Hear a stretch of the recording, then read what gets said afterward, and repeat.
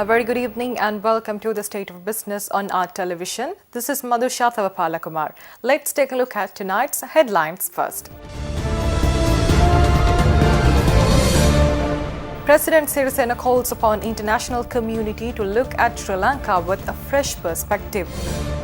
LP Gas Distributors Association requests government to increase channel margin to 12%. We have requested an increase of 7.5 to 12, that is 4.5%. Now the stories in detail.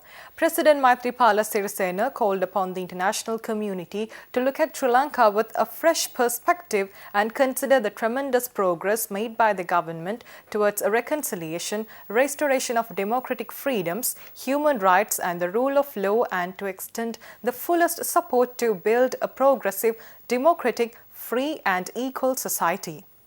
President Sirisena made these remarks addressing the 73rd session of the United Nations General Assembly in New York yesterday. Speaking further, President Sirisena stated that Sri Lanka is taking action to consolidate peace to develop the economy and urged the international community to allow Sri Lankan people to solve their problems on their own.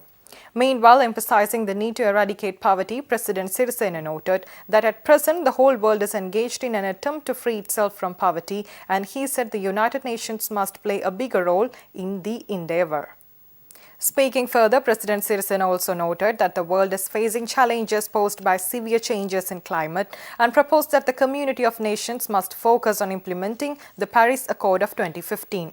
On a different note, President Maithripala Sirisena stated that the vision of the government is to ensure sustained economic development through the increase of domestic agriculture and industry under an environmentally friendly policy and programs. Speaking further, President Sirisena also called on the world leaders to take collective actions to eradicate narcotics and illegal pharmaceuticals. The LP Gas Distributors Association of Sri Lanka has warned today that Sri Lanka is facing an imminent crisis in LP gas distribution that could negatively impact the economy unless the relevant authorities take meaningful steps to address their long-standing grievances.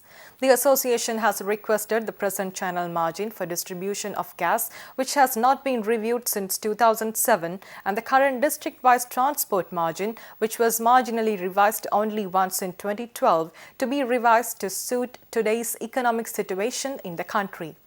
The association has called for a reasonable increase in the channel margin to 12% and the transport margin to be amended to a minimum of 7 rupees per kilometre within Colombo district.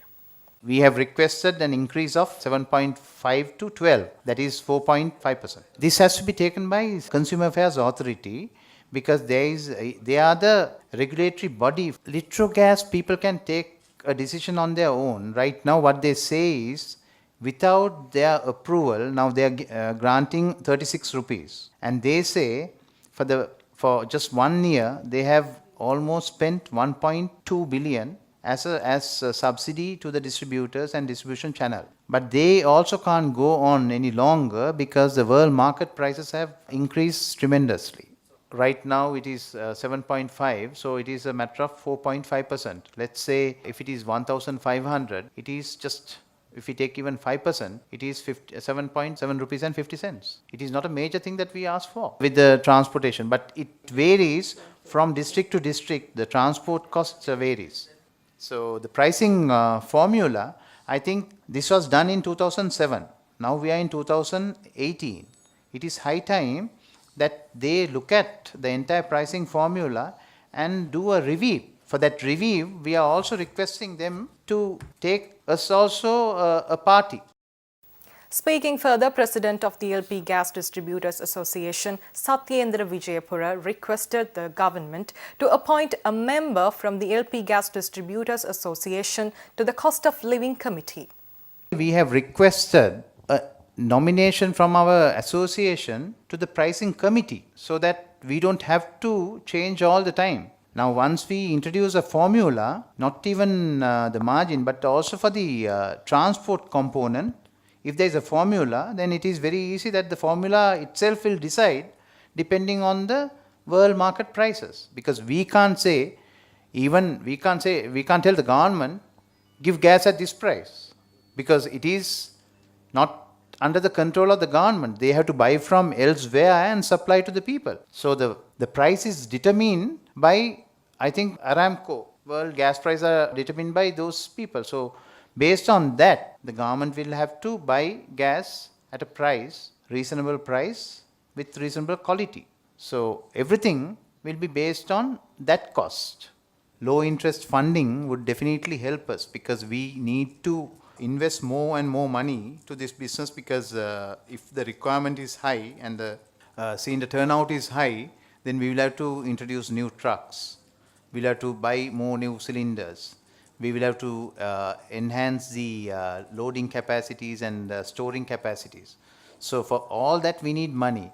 But right now the question is, if the business does not generate sufficient income to pay for the borrowings, it's a problem.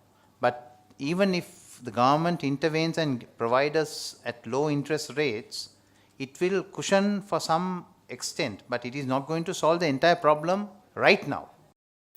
An international conference to mark the International Day for Universal Access to Information will be held on the 28th and 29th of September in Colombo.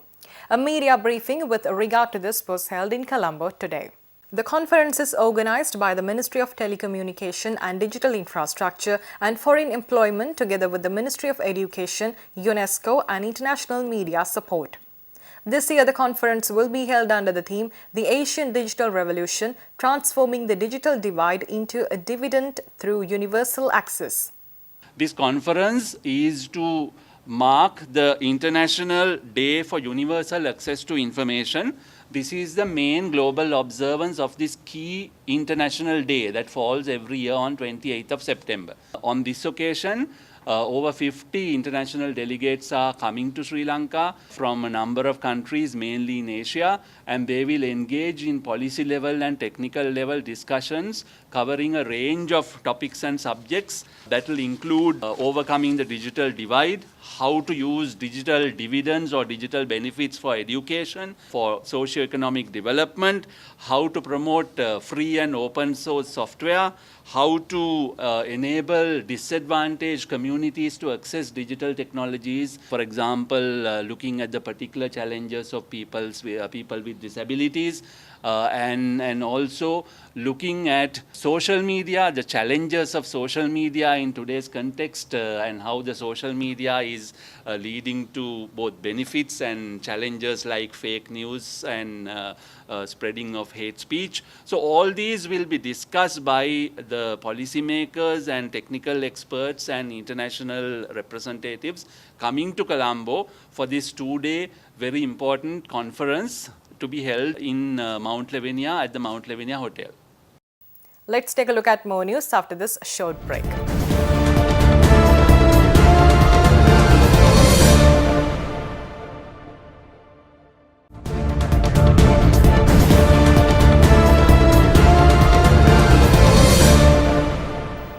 Welcome back.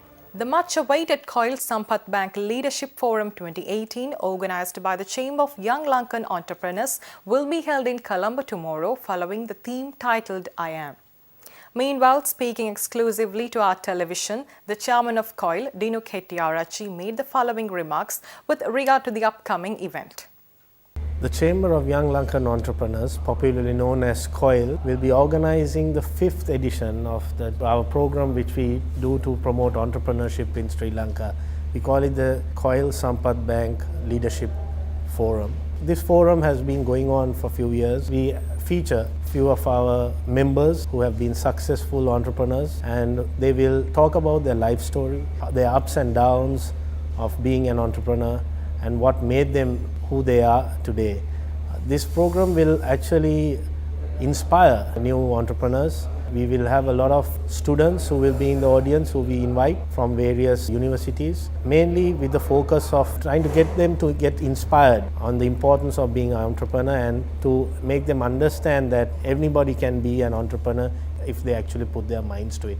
So we are featuring Mr. Gahanath Panditage from DMOS, Mr. Dasanta Fonseca of Vision Care, and Mr. Manjula Aryakumar of Three Singer Industries, who are three of our most valued members of our chamber. Also, as a guest speaker, we are bringing down the legendary South African cricketer, Jonty Rhodes, who is also now a respected coach, and he will also share some thoughts about leadership and the importance of leadership in today's context. The program will be moderated by Peter De Almeida, and a well-known entrepreneur himself. So I'm sure that this program will be a valuable program for one and all who will be there tomorrow at the Hilton at 6 p.m.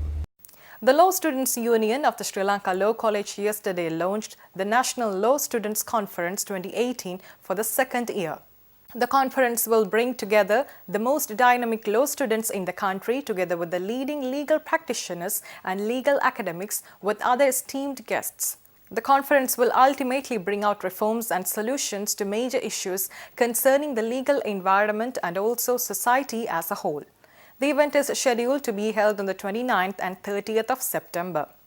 The conference will witness the gathering of 275 promising young delegates representing all legal education institutes within Sri Lanka. Let's take a look at how the stocks performed after this short break.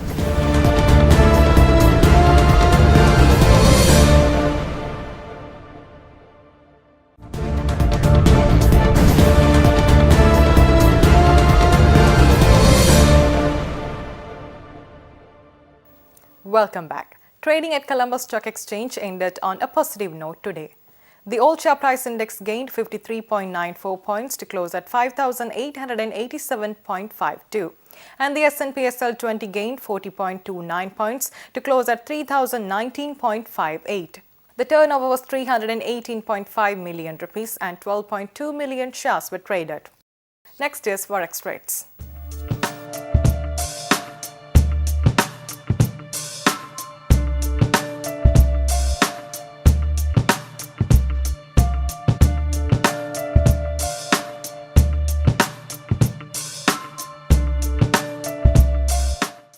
With that, we are wrapping up State of Business for the day. We'll meet you tomorrow at the same time with more news. Until then, take care. Good night.